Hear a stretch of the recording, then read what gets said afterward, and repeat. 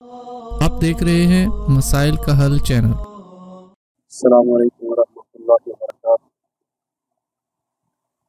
نحمده ونصلي على رسوله الكريم، اما بعد فاعوذ بالله السميع العليم من الشيطان الرجيم، بسم الله الرحمن الرحيم۔ يا ايها الذين امنوا استعينوا بالصبر والصلاة ان الله مع الصابرين۔ صدق اللہ العظیم۔ اللہ رب العزت نے قرآن پاک کی اس آیت مبارکہ کے اندر اہل ایمان کو، مومن لوگوں کو مخاطب کر کے کہا، یا ایھا الذین آمنوا، اے لوگوں جو ایمان لے کر آئے ہو۔ اس میں پوری دنیا کو مخاطب نہیں کیا اللہ نے، مخصوص اہل ایمان کو مخاطب کیا ہے۔ اللہ فرماتے ہیں استعینوا بالصبر والصلاۃ، اللہ رب العزت سے مدد طلب کرو۔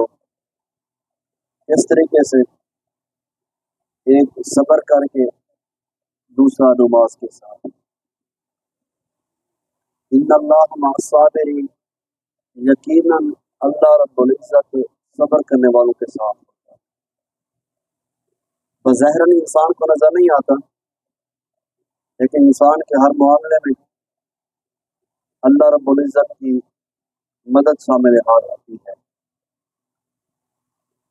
اس لیے جب انسان کا کوئی اپنا کوئی محبوب اس دنیا سے جاتا ہے تو انسان سب سے زیادہ غمگین اور پریشان ہوتا ہے۔ نبی علیہ الصلوۃ والسلام نے فرمایا، ایک شخص کا عزیز اور محبوب اس دنیا سے رخصت ہو جاتا ہے، چلا جاتا ہے، فوت ہو جاتا ہے، تو اللہ رب العزت فرشتے کو بھیجتے ہیں، جاؤ پتہ کر کے آؤ کہ میرے بندے کا محبوب اس دنیا سے چلا گیا ہے، اس کی کیفیت کیا تھی، اس کی زبان پر الفاظ کیا تھے۔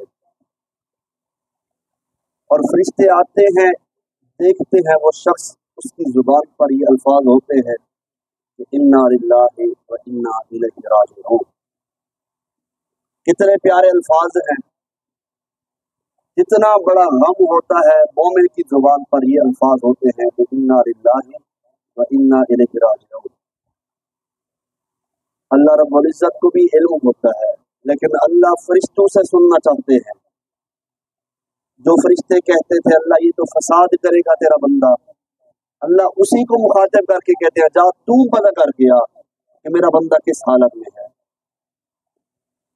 جب یہ الفاظ سن کر فرشتہ لے کر جاتا ہے، یہ شکرانے کے الفاظ ہیں، یہ شکر کے الفاظ ہیں کہ اللہ ہی کی چیز تھی، اسی کے پاس دوبارہ واپس لوٹ۔ جس کی امانت ہے، اگر وہ اپنی امانت واپس مانگ لے تو بندے کو فوری طور پر ادا کر دینی چاہیے۔ چیز ہی اسی کی ہے، مالک بھی وہی ہے، جو مالک ہے اسی کے پاس واپس لوٹ جانی چاہیے۔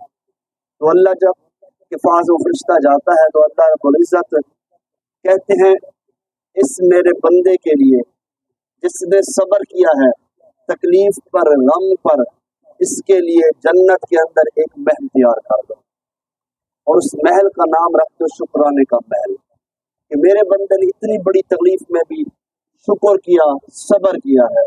حضرات اللہ فرماتے ہیں صبر کرو، یقیناً میں صبر کرنے والوں کے ساتھ۔